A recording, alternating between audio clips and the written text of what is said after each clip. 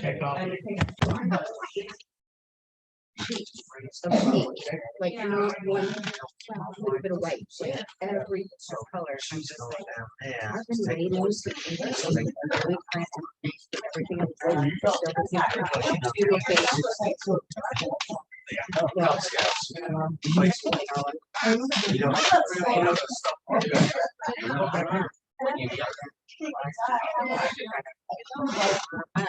Hi, Jenny.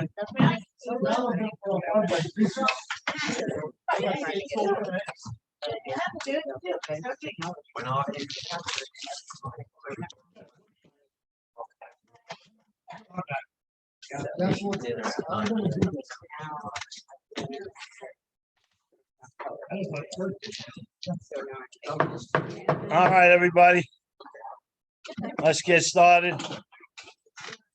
Glad you're here, you troopers that have hung in all these weeks. So last week we did step 10, and I think we covered the second set of promises, right? On page 84 and 85, right? We did that. So anybody got any questions on the 10th step that we talked about?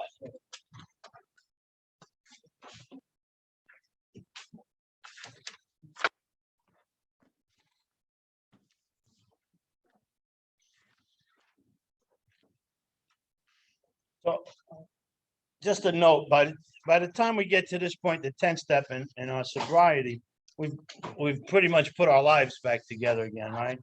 And that's why the 10th step is about continuous now. That's why it talks about that. Okay, so no questions on step 10? All right. Well, let's get into the 11th step. Sought through prayer and meditation to improve our conscious contact with God as we understood him, praying only for knowledge of his will for us and the power to carry that out. I think my opinion is that step 1, 6, 7, and 11 are the biggest misunderstood or misinterpreted steps there are.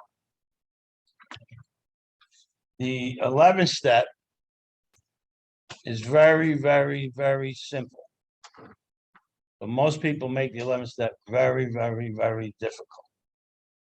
Okay, so we're going to try to simplify it and talk about what the book talks about. We'll go through that in a little bit. I'm going to show you how simple it really is when you look at it from another point of view, I guess, or another way. So the 11th step is a culmination of all the steps that we had. We took step 1 so we could take step 2 because we couldn't see the solution until we understood what the problem was. Okay. So those 2 steps gave us what we needed to make a decision and do the 3rd step. Next, we had to carry out that decision. And there were things that blocked us from God. And we couldn't really turn our will and our life over to the care of God till we removed these things so that were blocking us. So we did that in steps 4, 5, 6, 7, 8, 9, and 10. Okay. And as a result of these actions, the steps, we removed what was blocking us, hopefully. And now we can carry out that decision that we made in step 3. Now we can carry it out here in step 11. There's 2 crucial points in the steps, in all of the steps together. There's 2 crucial points. You might want to write this down. First crucial point is the turning over of our will, step 3. And the second crucial point is the receiving of God's will, step 11. So those 2 crucial points in the process of the steps.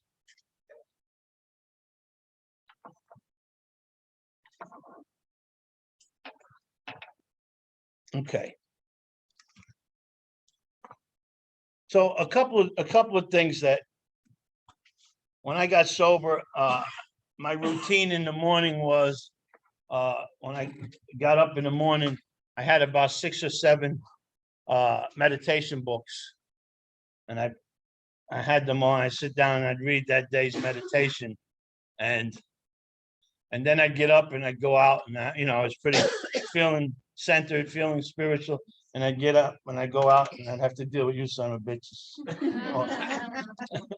And that would just mess my day up. And it came to a point where I thought, I'm not really getting anything from, this 11th step. And my sponsor says to me, well, what are you doing each morning? I said, oh, I get up, I read all of these meditation books, put me in the right place, He says, okay, but what are you doing for step 11? And I said, well, I get up in the morning, I read all these meditation books. He says, that's nice, Danny, but what are you doing for step 11? He says, because that's not step 11. And since that day, this was many, many years ago, people I talk with and sponsor and just people I know, that's the 11th step for many, many people, reading meditation books. It doesn't say sort through reading meditation books to improve our conscious contact with God. It doesn't say that. So what I want you to understand is that I haven't read a meditation book in probably 25 or 30 years. And I don't have anything against them. If you get something good from that, fine. As long as you're doing it in addition to your 11th step and not in lieu of your 11th step. So that's the message I want you to understand. You could read all the meditation books you want, but it's not step 11. It may be a very good and a very healthy and a very positive practice for you, but it's not the 11th step. The other thing that I found very difficult, if you go to a library, there's 1,000 books on meditation. So I'm sure in some of those books, it'll tell you to sit down and quiet your mind. And that's the understanding that I had of meditation, was to quiet my mind. Never been able to master that. Never been able to even come close to mastering quieting my mind. In fact, the more I try to quiet my mind, the louder my mind gets. So for me, meditation is not about quieting my mind or clearing my mind, because I can't do that. It's about focusing, tunneling and focusing on what this thing is, this God is to me, and this relationship, or a happy place, so to speak, where I can meet God. Because remember, in the last step, it talked to us about, where I said you have to be able to stop and bring the God into what's happening now. You remember I said that to you? And bring the God into what's happening right here and now. Well, so you have to be able to do that. Okay. So in meditation, I just want to focus on something. And what I'm going to focus on is my understanding of God. Okay. And I open the channel that way, and I talk with God that way. I don't know if that'll help you or work for you, but if you're having a problem trying to quiet your mind, try something different. It's just that simple. Okay. So if you can quiet your mind, more power to you. Most of us can't do that. Most of us have issues with that. Okay. So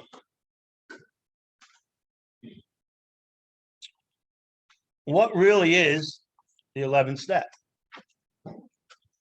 What is it really?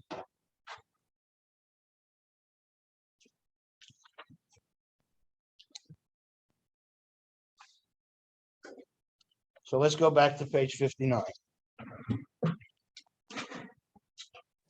Getting connected to the power. Okay. I'm going to give you a different way to look at this step. It makes it so much simpler. There's three things: the tool, the goal, and the direction. I'll say that again for you. Three things: Step 11, the tool, the goal, and the direction.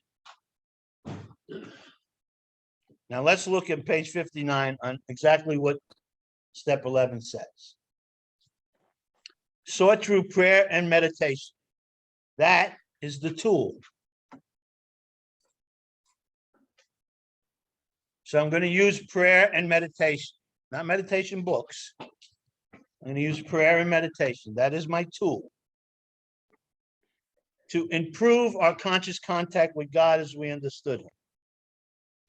That is the goal. My goal is to improve my relationship with God. Praying only for knowledge of his will for us and the power to carry it out. That's my direction.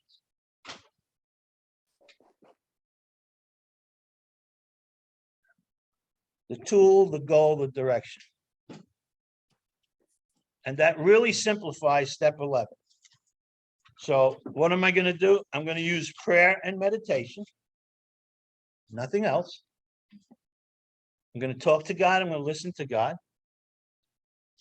And in so doing, I'm going to try to improve the relationship that I have with this God. That's my goal. And then praying only for knowledge of his will for us and the power to carry that out. Those are my directions.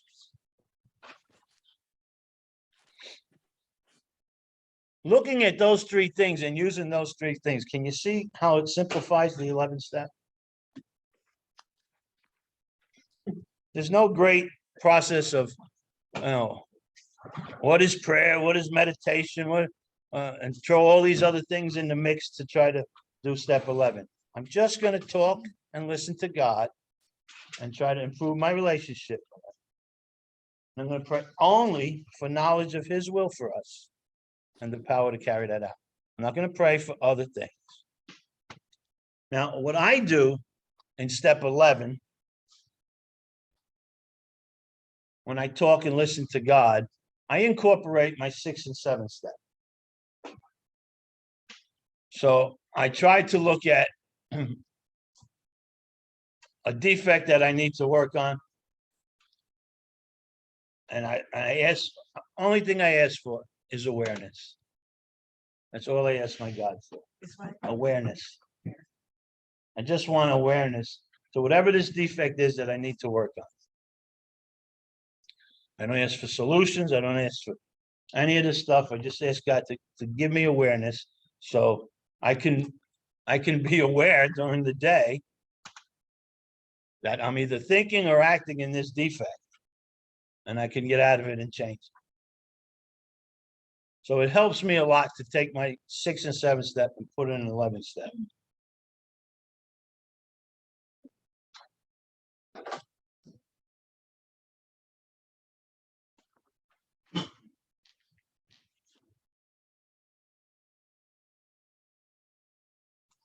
So let's go over to page 85 and read what it says, the bottom of the page. Step 11 suggests prayer and meditation. So really, I'm going to ask God to direct my thinking when I use my 6th and 7th step in there. We shouldn't be shy in this matter of prayer. Better men than we are using it constantly. It works if we have the proper attitude and work at it. It would be easy to be vague about this matter. Yet, we believe we can make some definite and valuable suggestions. So some people are still confused that the following paragraphs are step 10. We went over that. They're not. They're step 11. It's telling us right here that we're going to make some definite and valuable suggestions. Suggestions on what? On step 11. And here they come. Now, a week or two ago, I asked you what the difference was between this and the 12 and 12, where it says the same, gives us the same direction. Remember that? And I told you that in the 12 and 12, it's an intellectual exercise because it gives us the same thing in the morning and at nighttime to review but it doesn't ask us to do it through prayer and meditation. So in the 12 and 12, in step 10, it says the same thing, and that's intellectual exercise. In the big book, in step 11, it says the same thing, but it's a spiritual exercise. Does that make sense to you? Okay. So it says, when we retire at night, we constructively review our day. Are we resentful, selfish, dishonest, or afraid? Do we owe an apology? Have we kept something to ourselves which should be discussed with another person at once? Were we kind and loving toward all? What could we have done better? Were we thinking of ourselves most of the time, or were we thinking of what we could do for others and what we could pack into the stream of life? But we must be careful not to drift into worry, remorse, or morbid reflection, for that would diminish our usefulness to others. After making our review, we ask God's forgiveness and inquire what corrective measures should be taken. So what I'm going to ask myself in these things is what we talked about a week or two ago, the 4 absolutes, remember? Is it kind? No. Okay. And then in doing so, I'm going to, does my thinking or my actions diminish my usefulness to others? That's all I need to ask myself here.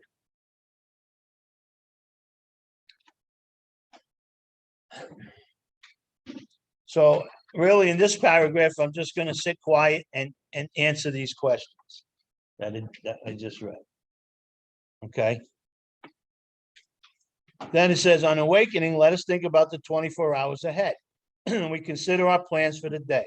Before we begin, we ask God to direct our thinking, especially asking that it be divorced from self-pity, dishonest, or self-seeking motives. That's a great place to start, right?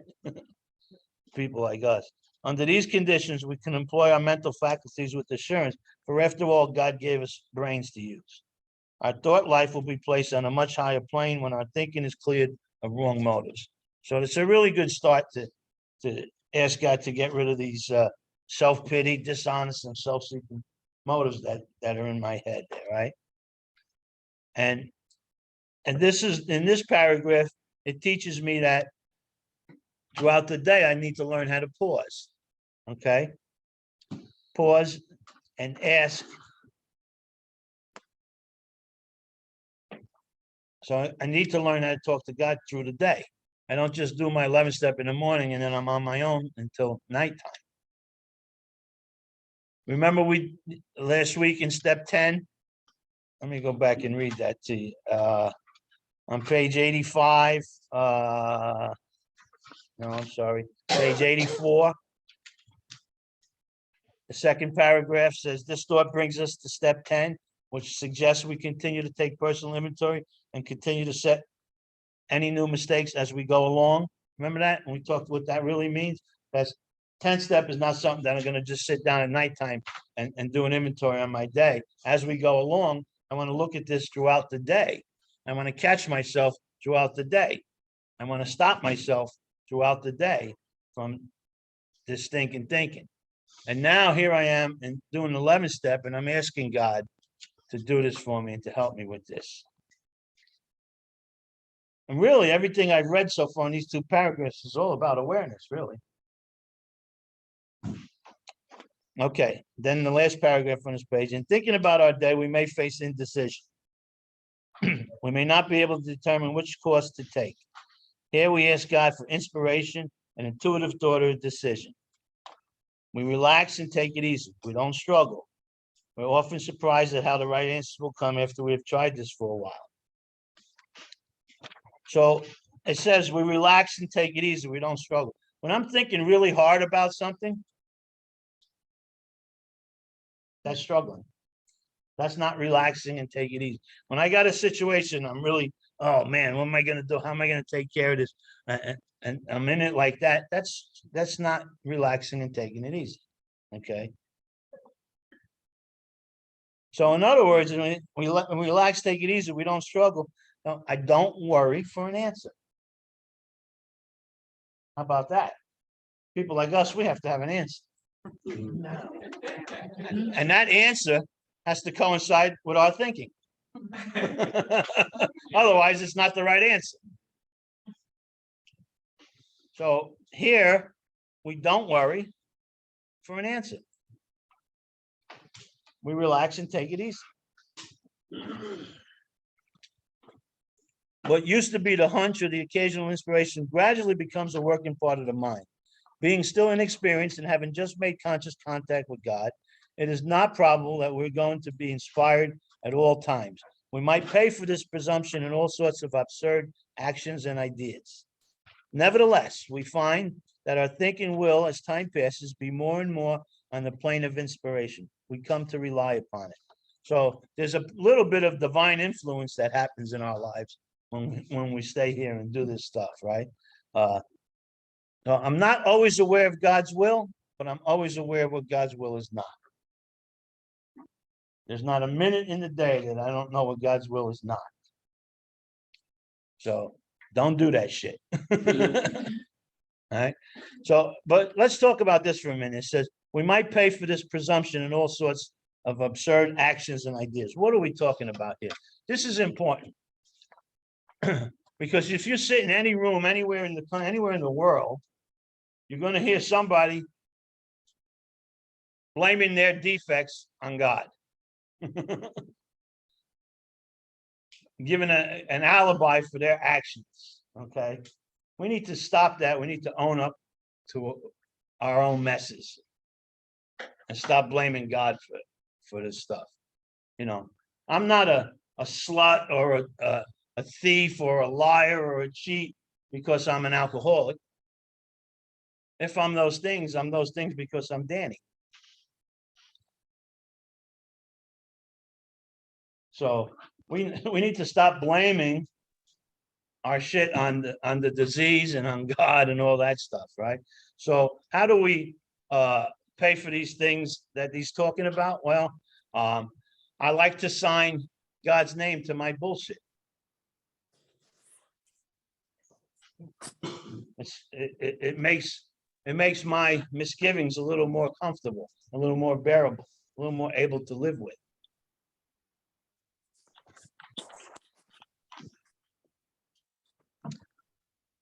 I have a question. Yes.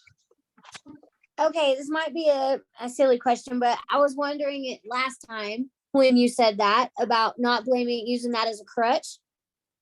And I totally understand that you can't say, well, I did it because I was high or whatever.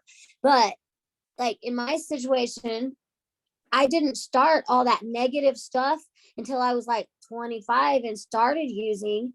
And so I feel like, I don't understand that part. That's where I don't understand, because I feel like my moral compass shifted after I started using, and then I started getting bad. And then, yeah, I totally have to blame it on me. But I don't understand that part. Well, it doesn't matter when you started the behavior. The behavior you were doing is because of you, because it's not because you had a disease. It's not because you were getting high. It's not because of God. Regardless, so you started when you were 25. I started when I was 10 with that kind of behavior. So I was more comfortable using it by the time I was in my 20s. But it doesn't matter how long you've been using it or how long you were in that behavior. You're the only one that's responsible for that behavior. Right. Okay. Not God, not the disease, and not the program, and not nothing else. You are the one. Right. So once you start owning up to this is me, right, then you could start correcting it and doing something different. Okay. Right. That So makes it doesn't sense? matter. Yeah. So it doesn't matter that it shifted. It's just the fact that it did shift. Yeah, it shifted, and that's who you became. Okay. All right. Yeah, I get that. Thank you. Yeah. I'm sorry for interrupting. That's fine. When you got here, that's who you were. Yeah. Yeah. So yeah. Anytime I hear something going on, and then the words "but," you know, there's a good rationalization coming right after that, right? And these things make a lot of sense to us, right? To us, not to the world. So, but yeah, so, and how else do we pay for these, signing God's name? You could be sitting in a meeting, right? And this beautiful woman walks in, or a guy, if you're a woman, a guy who's handsome, a person walks in and you sits right next to you.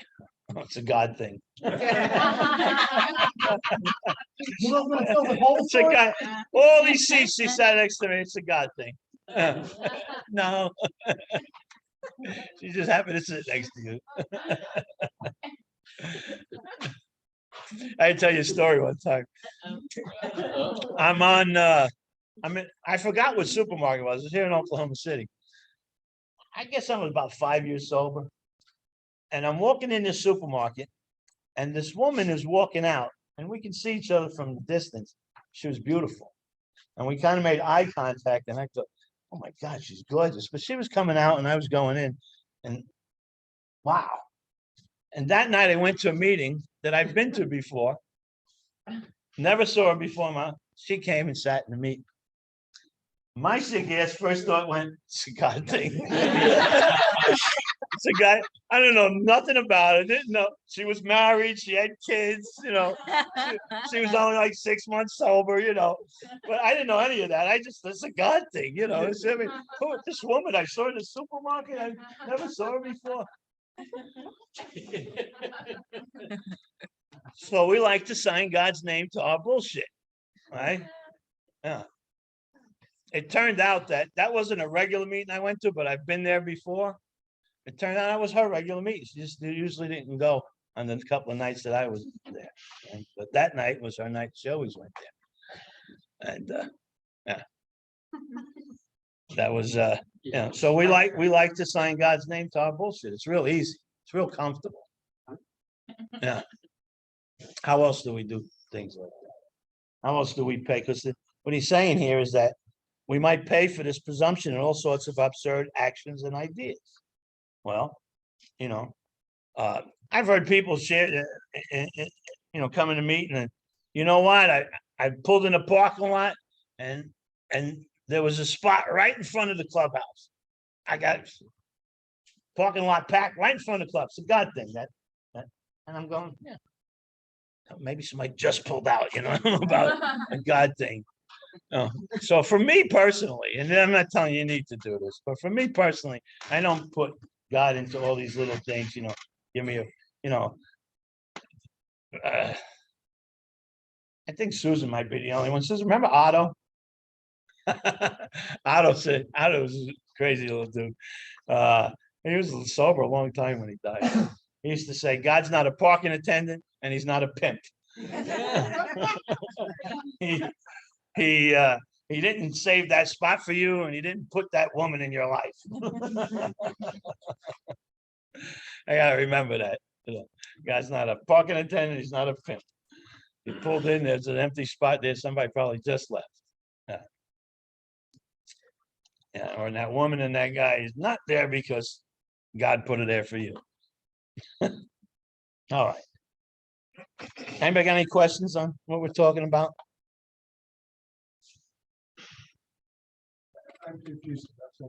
Uh-huh. I need a parking space. I pray for a parking space. I believe that's God working in my life. Now, if I just randomly go around that, it's not really happening entirely. Happening or connection with Him. Well, so it got, but I don't know if those two things coincide, because God is everything, and he's everything. What's that got to do with a parking space? Well, but I mean, if I need a parking space, you know what I'm saying? Yeah. I mean, there's been times in my life when I have prayed for something that I really specifically, and it is answered, maybe not in the same color that I want.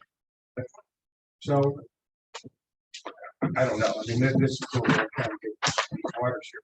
We just No. They wake up and go, God, please help me today. There's one service, God, please help me. I think I need help with this specific thing. Well, that's what we're supposed to do. Yeah. And I hope at some point during the day, I get that intuitive thought that tells me how to handle this specific situation. Yeah, that's what we're supposed to do. And I agree with all that. I just don't carry it to the parking spot part, you know. I think that if I acknowledge that God is everything, I don't see how that coincides with a parking spot. You ask, oh God, I hope there's a parking spot there, and there's a parking spot there. If you choose to see that as God answering your prayer, I don't have any qualms with that. I did not leave my house tonight and say, God, I need a parking space in front. Yeah, Make it. Yeah. But if I'm rushing to the ER with a sick baby beside me yeah, and I need a fucking parking spot, and I get there and it's there, or a place to stop and abandon my car, yeah. I believe that's got. I pull right up to the emergency room doors. Exactly. And I did that with my daughter when she was a little baby. So to me, what this is talking about is, it starts out by saying, you know, being still inexperienced, and then it says about us making assumptions. Then it says, nevertheless, basically we get better and better as time passes. And this reminds me of when I was first making this conscious contact and doing step 11, I would run ahead of God, or, you know, think that, you know, this was God talking to me, you know. Yeah, And it was just new. It was just, that was new. yeah, I better today at telling what's really just my will wanting to sign God's name to it or action. yeah. So I think we get better over time. I Sure, think that's this why is he just uses the talking word inexperienced in there. about- It's just warning us that in the beginning, everything that we hear in our heads not going to be God. And a lot of times it's me. I think that second paragraph says it all. On page 87. Second paragraph. Oh, yeah. I think it's God working when I don't behave the way I want to behave, when I know it's not right. Well, here's the thing. Amy's got a question. Amy? I just am comfortable saying, I don't know. I don't know if that's spot or not, and I'm not gonna worry about it. If I need it, Yeah. there, I'm gonna be thankful for it, and I'm not going, because I've done that all my life, trying to figure it all out. I'm gonna give it to God and go on. Yeah. Can't do that. I think I was about 10 years old, and I wanted something to happen so badly. So badly. I have no idea what it was anymore. I just remember going in the bathroom. That's gotta be more than. I don't even know why I went in the bathroom, but I was just like 10-year-old little kid. I went in the bathroom and I prayed hard, hard, made a face, looking up, and I prayed real hard for God to make this thing happen, whatever it was. And of course it didn't happen. So I wonder, maybe that's why for me, I don't do the parking lot thing, because if I'm driving, there's never a spot there. God, please give me a spot tonight. And there's a spot there, and it's a God thing, right? What about tomorrow when I come back and there's no spot there? And is God not listening to me today? So, And that's not, I'll get you in a second. What I'm saying is we do ourselves a service if we limit the power of prayer. oh yeah, If I pray that for a solution to my problem, and like Amy said, I'm willing to accept however that solution is done. Yeah. Now, it may not be a parking space, it may be a trolley ride where I need. yeah. But my problem is solved by a power greater than myself. Yeah, and I don't like I said, I don't have a problem with that thinking. I'm talking about for me personally. I don't go down to that little bit of level. I think I want to save my God for some more important stuff in my life, than a problem. Somebody said something. I just was saying, like, when I was going through my first few steps, like the step work and stuff, like, to me, like, I can't afford to not, it's like every coincidence is God in the positive favor. Like, Yeah. And I think it's just more that it allows me to, like, oh, that's God, and continue to have that exposure of turning to God. Yeah, there's an old saying in AA that a coincidence is God's way of remaining anonymous. Right. Yeah. Right. Well, to us, be grateful for everything that I think that remember, I mean, not all the time, all just like green lights, Thank God for it. There's nothing wrong with that. Yeah, I don't want you guys to misunderstand me. I don't, when it's, whether it's whatever it is, there's nothing wrong with that. And I'm not saying it's bad or wrong. I'm just saying, I'm just sharing with me. I don't go down to that level with those little things. And that's just for me. If it works for you, that's fine. Well, that's, personally, I'm one of these people that I always get, I used to get angry with God about this stuff, so, but learning how to practice the 11th step made it it's a whole lot safer way for me to pray, because I'm not praying for God to fix any problems. I'm just asking for knowledge of His will, Yeah. so that I can do what God wants me to do, and I'm not asking for all this stuff. That way I don't get pissed off at God, because me being mad at God is a detriment to my health. Yeah. Real, real bad. So, I think, of course, I mean, you pray for things and God doesn't give you everything you want, but He will give you the wisdom if you pray for that wisdom and like that is all it is to maybe make the right decision. If you don't make the right decisions, then you learn the lessons and then you learn to have more faith in God, and it kind of works like that. It I does. had some. Yeah, well, the way, and that's my personal experience, the way I look at it. I don't, these days, I try not to say this is a God thing, because when I look back at my recovery, it's always that was a God thing. I always see it after it happened, sometimes quite a bit after it happened. And the reason is, I believe, is the only time God needs to interfere in my life when I'm not following His will. If I'm doing what I'm supposed to, there is no reason for Him to interfere and make a miracle or whatever. It's only when it's against what I think should be. Like Danny said, I think this is how it's supposed to be. And God is like, no, it's not. No, it's not. That's only time, like I said, for me, I try not to this is, like I said, that wasn't God. Thank God. But that's personal experience. Well, I'm just thinking of 11th step, and I think what we're trying to work through here is the fact that this inexperience in understanding our conscious contact with God then distorts our understanding of our knowledge of His will for us, because we're praying only for the knowledge of His will and the power to carry it out. I don't know that His will is for me to get a parking spot or not get a parking spot. I could pray every night as I eat a bucket of ice cream not to get fat, and it will happen. It's not His will that I'm going to eat a bucket of ice cream every night and not get fat.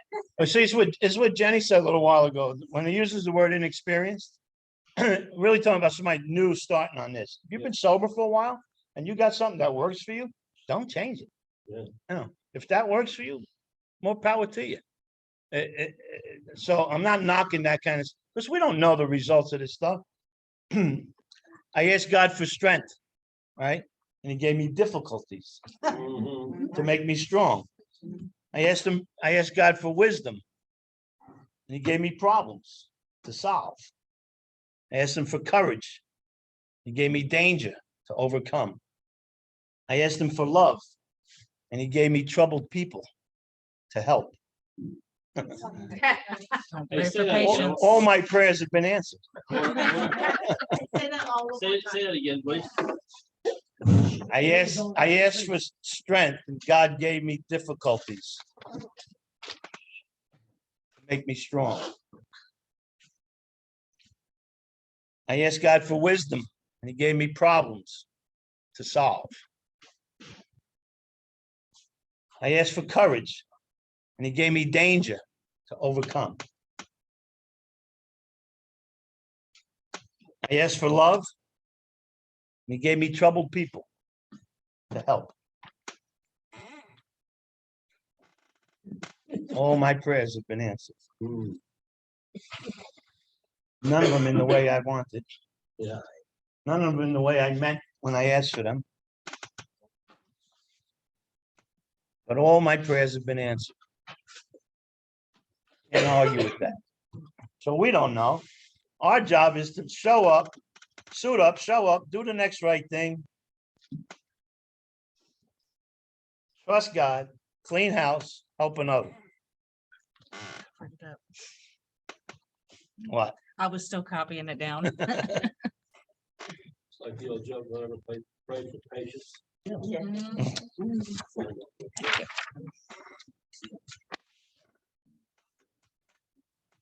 All right.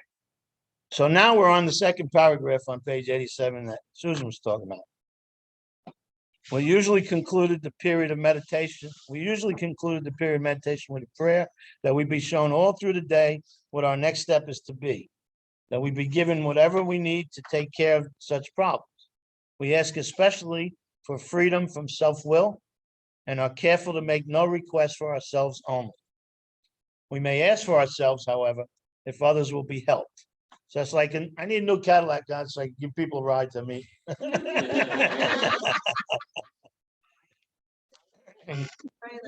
We are careful never to pray for our own selfish ends. Many of us have wasted a lot of time doing that, and it doesn't work. You can easily see why. Somebody says something? Yeah, I said, you're supposed to pray, God give everyone Cadillacs. Don't be selfish. Mike? Well, first of all, they're kind of, believing that read. Learn it as a fully behavior in the home. That's the first step. So I'm on this side of step one. God is everything, or else it's nothing. And it's the three steps above everything. The alcohol really help. But if I'm praying for a parking thing, I better be real careful because God might roll my car into the parking. When I'm driving a little bit too fast. All right. All right. So you're right, Susan, that paragraph kind of explains it all. And we've wasted a lot of time in doing that, and you can easily see why. So if circumstances warrant, we ask our wives, friends to join us in morning meditation. We belong to a religious denomination which requires a definite morning devotion. We attend to that also. If not, members of religious bodies, we sometimes select them and memorize a few set prayers which emphasize the principles we have been discussing. There are many helpful books also. Suggestions about these may be obtained from one's priest, minister, or rabbi.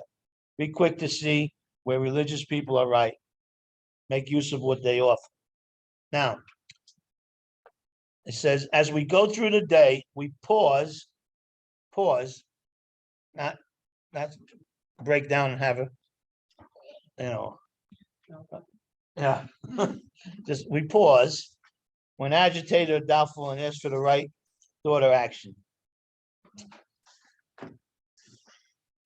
So we don't stop and we don't worry and we don't think hard. We just pause.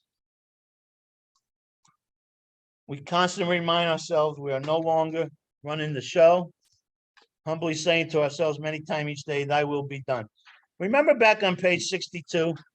Go back to page 62 real quick. The last paragraph, we talked a lot about that when we went over that. That hereafter in this drama of life, God's going to be our director. We're going to allow God to direct our life. So we're no longer running the show. We have to remind ourselves that we're no longer running the show. We ask God to direct our lives, way back in the third step, right? And then it says, humbly saying to ourselves many times each day, thy will be done. So that same paragraph on page 62, God is, he's the principal, we're the agent. Remember that? So I'm going to try to act as God would have me be rather than I would have myself be, right? That's how we do that. We're then in much less danger of excitement, fear, anger, worry, self-pity, or foolish decisions. We become much more efficient. We become much more efficient if we're not We're not got excitement, fear, anger, worry, self-pity, or foolish decisions going on in our head. We do not tire so easily, no, because those things will wear you out. For we're not burning up energy foolishly as we did when we were trying to arrange life to suit ourselves. It works, it really does. We alcoholics are undisciplined, so we let God discipline us in a simple way that we've just outlined. But this is not all. There is action and more action. Faith without works is dead. So the miracle of step 11 happens when I get off my knees and carry this message out into the world, really. That's what we're talking about here. I want to spend a few minutes and I want to give you a real quick way to pray in the morning, to do an 11 step in the morning.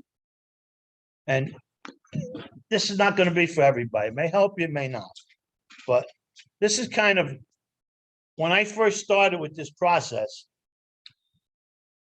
I'd sit down in a chair and like I tell you, I couldn't get my mind to concentrate on anything. So it was suggested to me that I sit differently. Well, how do I sit differently? They said, why don't you just sit down and put both your feet flat on the floor? Because I always had one leg here, and up on my heel like that. Why don't you sit down and put both feet flat on the floor? And I said, okay. I sat down, I put both feet flat on the floor. What happened for me after a week or so of doing that, as soon as I sat down, put both feet flat on the floor, my mind automatically started relaxing. In a week, I was able to train myself to relax and take it easy through prayer and meditation just by putting my feet flat on the floor.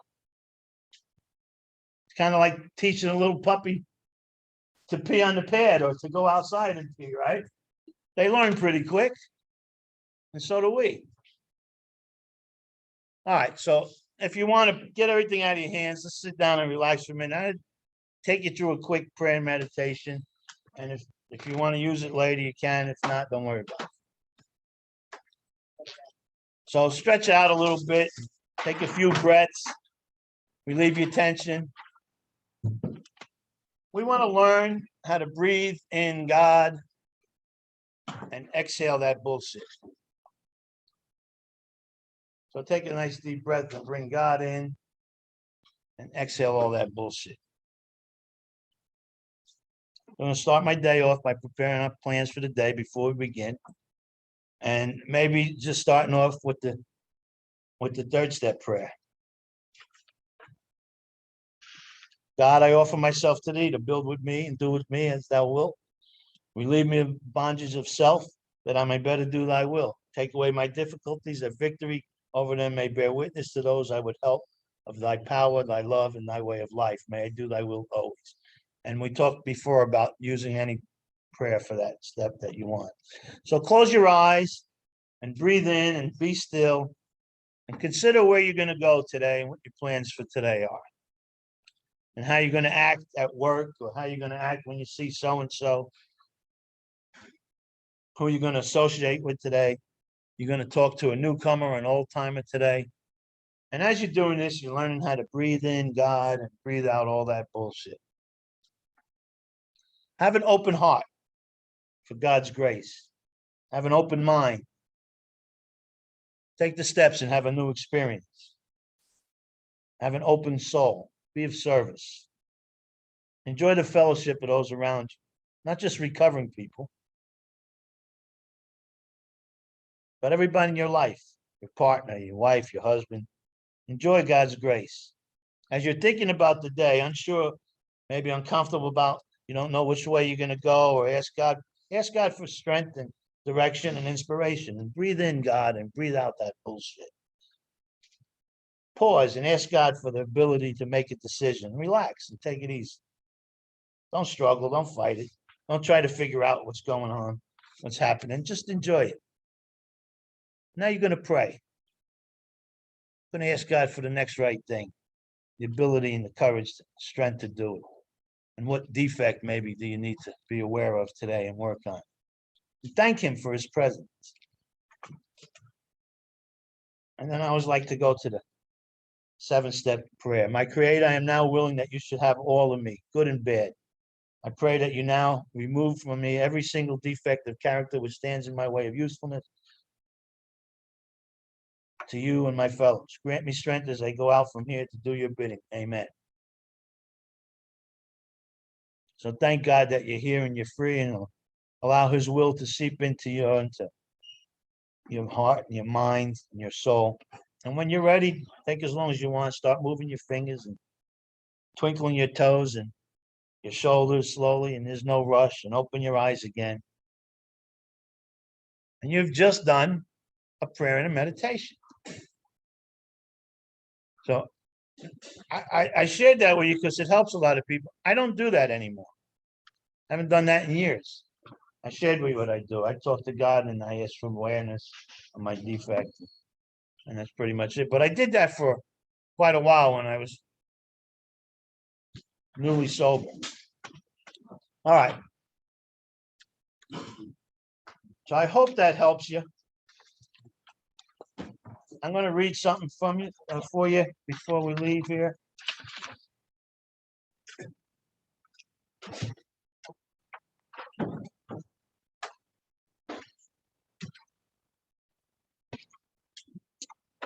Okay, I don't know if anybody is familiar with the guy named Anthony DeMello. Anybody know who Anthony DeMello is? Anthony DeMello. Very spiritual, got a lot of spiritual writings out there. And I'm gonna read you this little thing that he wrote. It's about waking up. He's got, if you want to look him up, it's his last name is D-E capital M-E-L-L-O. He's got a lot of good spiritual writings out there. For years after I read his stuff, I thought he was Italian because he got an Italian name, but he's an Indian. He's from India. All right, so he wrote this thing, it's pretty good. Spirituality means waking up. Most people, even though they don't know it, are asleep. They're born asleep, they live asleep, they marry in their sleep, they breed children in their sleep, they die in their sleep without ever waking up. They never understand the loveliness and the beauty of this thing that we call human existence. You know, all mystics, Catholic, Christian, non-Christian, no matter what their theology, no matter what their religion, are unanimous on one thing, and that is all is well, all is well. Though everything is a mess, all is well. Strange paradox, to be sure, but tragically, most people never get to see that all is well because they are asleep. They're having a nightmare. Last year on Spanish television, I heard a story about this gentleman who knocks on his son's door. Jamie, he says, wake up. Jamie answers, I don't want to get up, Papa. The father shouts, get up, you have to go to school. Jamie says, I don't want to go to school. Why not? Asked the father. 3 reasons, says Jamie. First, because it's dull, boring. Second, the kids tease me. And third, I hate school. And the father says, well, I'm going to give you 3 reasons why you must go to school. First, because it is your duty. Second, because you're 45 years old. And third, you are the principal. Wake up. Wake up. You've grown up. You're too big to be asleep. Wake up. Stop playing with your toys. Most people tell you that they want to get out of kindergarten, but don't believe them. Don't believe them. All they want you to do is to mend their broken toys. Give me back my wife. Give me back my job. Give me back my money. Give me back my reputation, my success. This is what they want. They want their toys replaced. That's all. Even the best psychologists will tell you that people don't really want to be cured. What they want is relief. A cure is painful. Waking up is unpleasant, you know. You are nice and comfortable in bed. It's irritating to be woken up. That's the reason the wise guru will not attempt to wake people up. I hope I'm going to be wise here and make no attempt whatsoever to wake you up if you're asleep. It is really none of my business, even though I say to you at times, wake up. My business is to do my thing and dance my dance. If you profit from it, fine. If you don't, too bad. As the Arabs say, the nature of rain is the same, but it makes thorns grow in the marshes and flowers in the gardens. Wake up. So that's Anthony DeMilo, and we've got 5 minutes left. And each week, I thought we were gonna be a little longer, but you got any questions? You want to talk about something, go over something? Anything on the 11th step we need to talk about? You sure? Anything we need to discuss? Okay, we are gonna meet next week and the week after, and we're done. So if you have anything you want to discuss, we've got a few minutes. Let's talk about it. I kind of feel like I'm retiring from a working, on a job for the last 30 years, 29 years. One thing that just always stuck to me, when I first started out in recovery, there was a CA convention and you were doing a workshop. And I think I was like 3 weeks sober. And they drugged me to this workshop and you were doing the 12 steps. And I remember that you emphasized the word only, pray only for knowledge of his will for us and the power to carry that out. And that has just stuck with me that, I emphasize that word when I read the steps, and that's how I pray, that's, it We're real definitely good at, helps. we're real good at turning God into Santa Claus. Yeah. Yeah. Oh, yeah. Amy? Yeah, I'm not sure that I've ever really understood this. Lead us not into temptation. I mean, I say that and I still don't really know why we have to ask God not. Well, if for no other reason, if I'm asking God, I'm being aware of it. And if I'm asking God and I'm being aware of it, and I'm less likely to lead myself into temptation. But without a God in my life, it's easy for me to lead myself into temptation. Everybody in this room can attest to that. Yeah. The thing though, in that prayer that you're referring to is, what we say in that prayer, we need to be careful about these prayers that we say, because what we say in that prayer is that we ask God to forgive us only to the extent that we forgive those in our life. So if I'm not forgiving people in my life, then I'm telling God, don't worry, you ain't got to forgive me for this. You ain't got to help me on this. That's what I'm saying. We got to be careful about that prayer. Yeah. It's a sneaky little part in that prayer. That forgive us our trespasses as we forgive those who trespass against us. Right? As we forgive those who trespass against us. So the coordination to forgiving me of my trespasses is only conditioned on how I will forgive those that I trespass against. Gotta be careful with that prayer. So don't let me help me not to leave myself. Awareness helps everything, If you're talking to God and that's what you're asking God, then you're going to be more aware of it. If you don't forgive someone's trespasses, you block the grace that's coming to you. Absolutely, exactly. And not only do I block the grace that I got coming to me, I'm asking God to do that. I'm asking God to not grace me and not bless me if I don't forgive those that trespass against me. So that's a prayer that we say all the time in meetings, but I don't know how many of us really pay attention to what we're asking God. Be careful what you ask God. Yeah. He'll answer it. Yeah. All right. Anything else? All right. 2 more weeks. We're done. Thank you, Danny. Thank you. Take care. Thanks, guys. Okay, thanks, Danny. Take it See ya. easy. Kate says she has loved the big book study. Who? Kate, Oh, And hi, terrific, Danny. Kate. That's Hey, because Danny. that's because she's a New Yorker. Yeah, Jersey girl, really. Oh, Yeah. close enough. Right.